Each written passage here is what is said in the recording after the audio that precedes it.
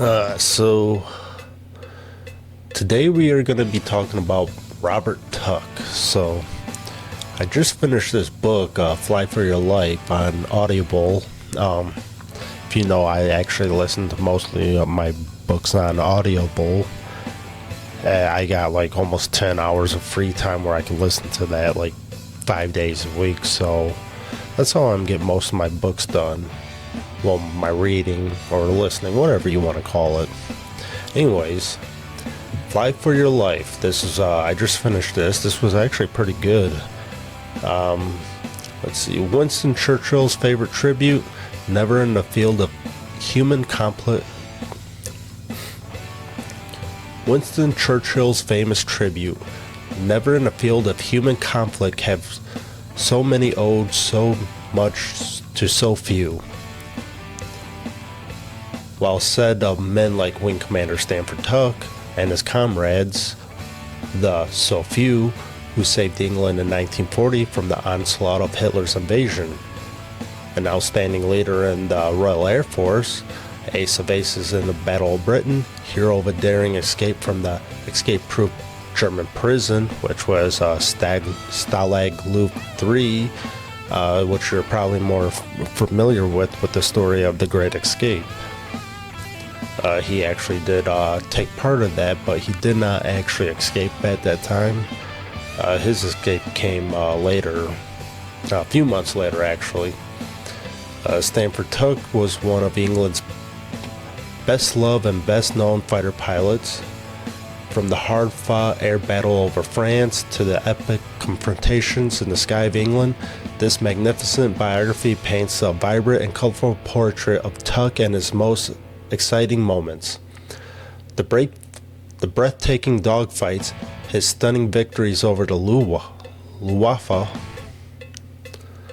his innovative and imaginative air tactics illustrated by handsome drawings. Fly for Your Life not only tells the story of a legendary pilot, it recreates in graphic details the experience common of all RAF airmen who flew and fought, roaring aloft to defend their homeland in hurricanes and Spitfires. These were the same men who would later carry the air war to Germany itself. Here's the utterly fascinating portrayal of great warriors doing their job with immeasurable courage. Men who convinced themselves that they could return from impossible missions. This book was first published in 1956, but I actually read listened to the most updated version of it, and we're gonna get into his story. Alright, so this is coming from WorldWarWings.com. The remarkable story of a RAF pilot who was respected by the enemy. And here's a picture of Robert. Robert Stanford Tuck was a RAF pilot during World War II, known not only for his exceptional flying skills but also earning the respect of the enemy. His career spanned several critical periods in the war, and he demonstrated remarkable proficiency and courage. And here he is in Spitfire, it looks like. Early life and path to the RAF. Robert Tuck was born on July 1st, 1916 in London. He attended St. Dunstan's Preparatory School and St. Dunstan's College. After leaving the school in 1932, he joined the British Merchant Marine, serving aboard the refrigerator ship. During his time, he developed an affinity for adventure, using an old rifle to shoot sharks swimming near the ship. So the captain really hated sharks at this time, and Robert was actually a really good marksman, which actually what made him such a good pilot at the time when he became enlisted in the RAF and became a pilot. Growing up, he was always hunting with his father, and one day he noticed all these sharks. So they had a gun on board, and he went up to the captain. He's like, hey, I could take care of these sharks for you. He wanted to try and make himself useful. Well, captain reluctantly is like, all right, we'll give you, I want to say 10 rounds. And he ended up killing 5 sharks on his first try. And at that point, the captain's like, he's our official shark killer now.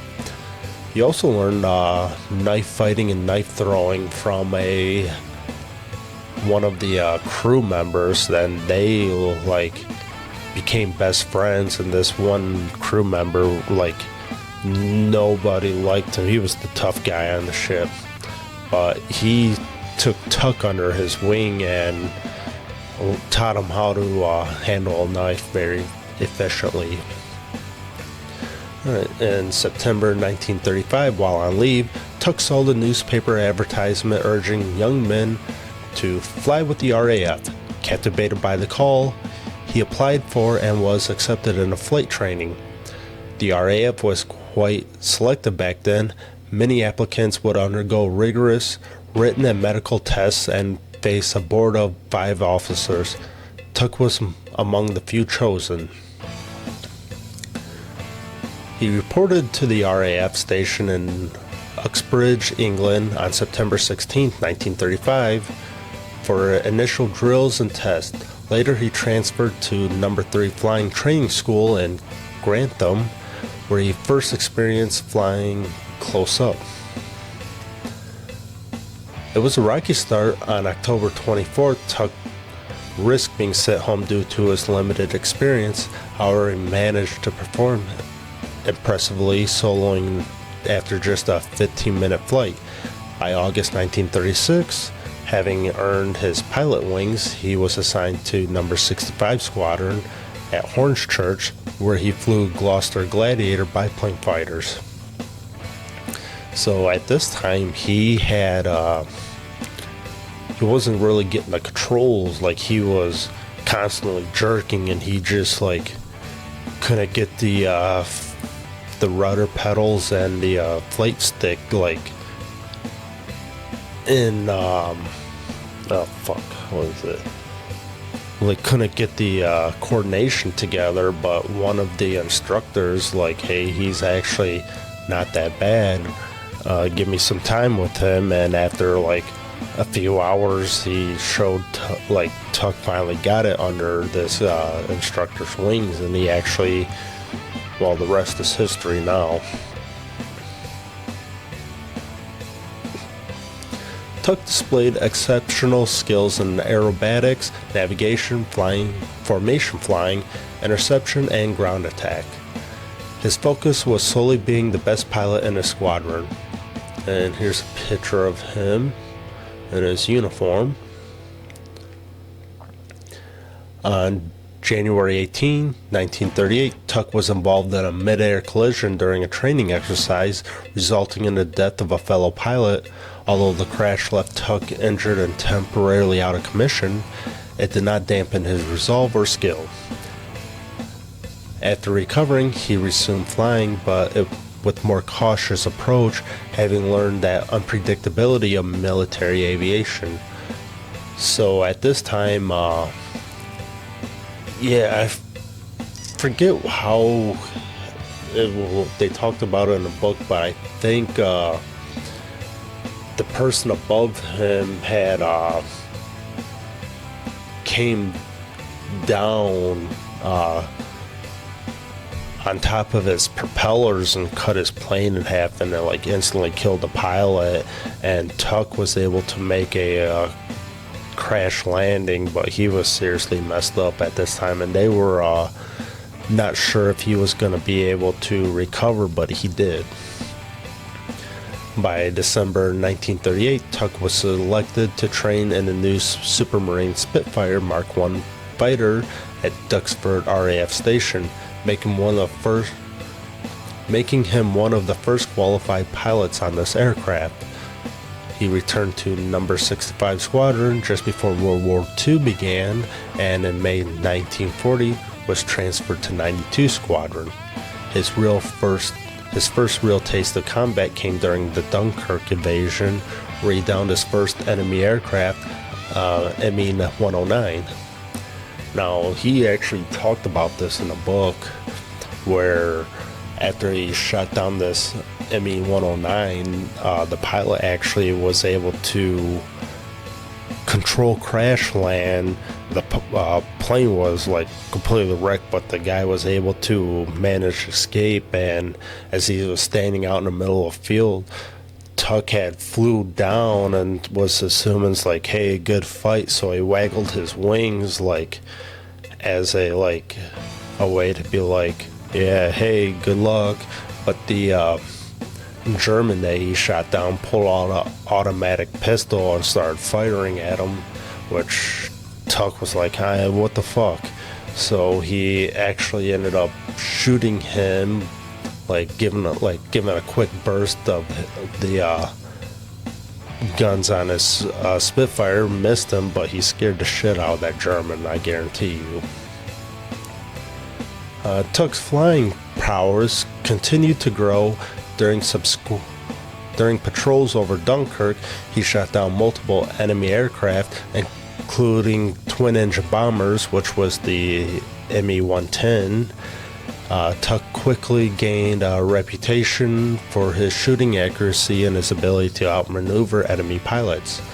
One notable experience saw him chasing a ME-110 at low altitude, skimming over rooftops and electrical wires.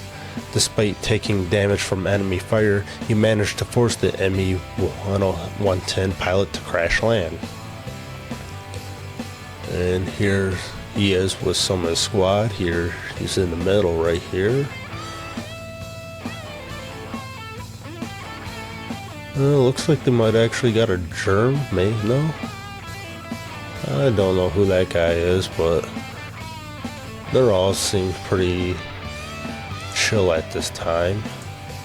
We'll go back. Tuck's remarkable achievement on his first day of combat saw him down 3 enemy fire and earn temporary command over his squadron. He continued to lead his squadron with innovative tactics, such as adjusting their tight formations to counter the more experienced German pilots. Now, at this time, oh no, it wouldn't be at this time. There's still that all Britain has. Alright, never mind. He was adept at identifying and attacking enemy bombers such as the Dornier Do-17 during the Dunkirk patrols. Tuck's effective leadership and strategic alterations and tactics helped the squadron claim many victories while minimizing their own losses. And in June 1940, Tuck participated in the comparative trials between the ME-109E and the Spitfire Mark II to better understand the strengths and weaknesses of their opponent's aircraft. These tests provide invaluable insights that help refine RAF tactics. Throughout his career, Tuck's skill and bravery earned him numerous accolades. His ability to adapt to new challenges and lead his squadron effectively made him one of the most respected pilots during the war. The respect he garnered was not only his comrades but also his enemy, illustrating the level of his competence and character. And that's pretty much it. So there's actually more to a story, and we're going to talk about that. So when so Robert Tuck, during when the Battle of Britain started, he was one of the ones that were constantly sortie after sortie, and he was making such a name of himself that Fighter Command actually pulled him off to the side and pulled him to the headquarters, and they wanted some insight about what's going on and how they could improve. Well, he had told them, hey, we need at least one fuel truck for every plane we got, and they had like over 200 planes at this time, and increase, it would actually help when they refuel faster. They could get back up in the air for the constant bombardment that the Germans were throwing at them. Well, they actually did take that into consideration. It took them some time to find the trucks for it, but they actually did make it happen. And then when they were fighting over France during a rhubarb mission, Tuck was actually shot down. Well, while he was getting shot down, he was coming in at a truck, a German truck that was actually an AA gun on top of this truck. So when he seen that they were firing back and forth, one of his shells actually went down the barrel of this AA gun and blew up, killed everyone. And when he crash land, more Germans arrived, and Tuck was like, oh god, these guys are gonna kill me. And after what he did, but when they yanked him out of the plane, made sure he didn't have any weapons on him, they all just like, hey, look what the fuck you did. And these guys were Luftwaffe pilots who had witnessed it all, and this was like the most incredible thing they've ever witnessed a pilot do. So when they took him in, this is where he met Adolf Galland, general at the time, and this is where they actually started to become friends, and they do meet later in life, more particularly after the end of the war and so on. And they had a steak dinner, had whiskey. Adolf Galland gave him one of his famous cigars. They smoked and told him, like, hey, even though you're a prisoner, we're going to treat you right, for tonight at least. And so after he got taken to, when he officially became a POW, he went to Stalag Luft 3, where he met up with a bunch of other prisoners, Americans, British, Australians, Canadians. And this is where the Great Escape happened. He took part of the planning, but he actually didn't escape when the rest of the guys escaped. I want to say like 90 or 71 or to 90 prisoners escaped, but only like 5 made it. Well, his escape came a few months later with a Polish pilot, and they made it to the Eastern Front over to the not to the Germans, but they made it to the Russians line, and they were picked up by a drunk Russian. And when everything was taken care of, they're like, hey, we're not going to be able to get you guys back, but you guys can go do some paperwork in Stalingrad. So Robert and this Polish POW or escapee, they had went to Stalingrad to go help out, even though Robert at the time was trying to get in contact with the British embassy in Moscow, but the Russians were kind of stalling them, doing their usual tactics because they're filthy communists. And what to make matters worse, since the Polish pilot was Polish, the Germans or the Russians were not going to let him get away. They were going to make sure to keep every Polish, every Czech in their countries to make sure that they become communists, because there is no freedom with communism. However, Robert Tuck, I was like, hey, even though he's Polish, he's actually British. He was born in Britain. His father was Polish, but his mother's Britain. He was born in Britain, and basically lying for him, but the Russians weren't having none of this. So they actually ended up escaping another time, making their way northwards to Moscow, where they actually got help. And at this time, they picked up a anti-communist lady, another Polish lady whose husband was fled to Britain to fight. He was a officer in the Polish RAF, and I think I want to say he was part of 303 JAG, the Polish division for the RAF. So when they actually helped her escape because she was, if the Russians were going to capture her, they were going to do horrible things to her. Well, they actually managed to smuggle her into the British embassy and were able to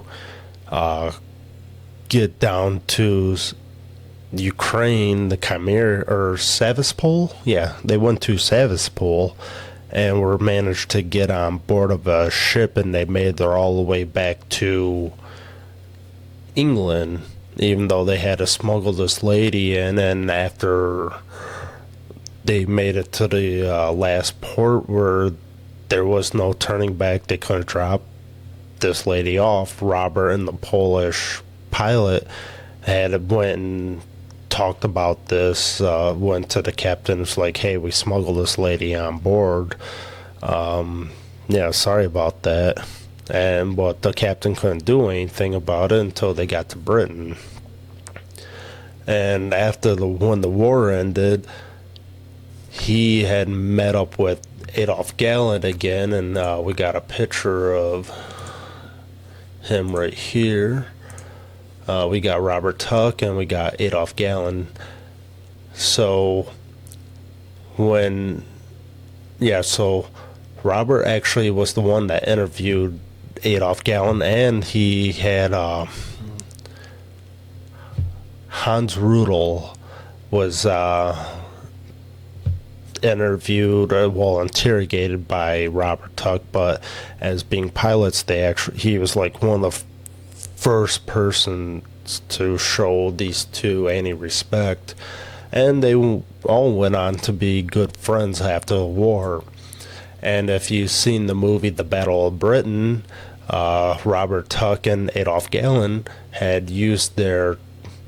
were tactical advisors for the movie, Robert being RAF, Adolf being the Luftwaffe tactical advisor, and that was actually a really good movie. I suggest you guys check it out.